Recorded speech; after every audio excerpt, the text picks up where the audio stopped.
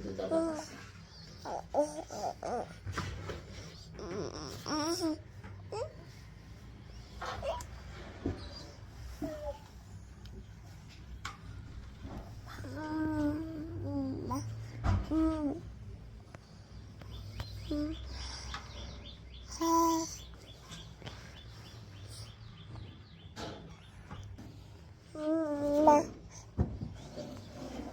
কান্না করলে ধরতে ইচ্ছা করে না। কে এ হাসবি? হ্যাঁ, কত ভালো লাগে বলো একা একা।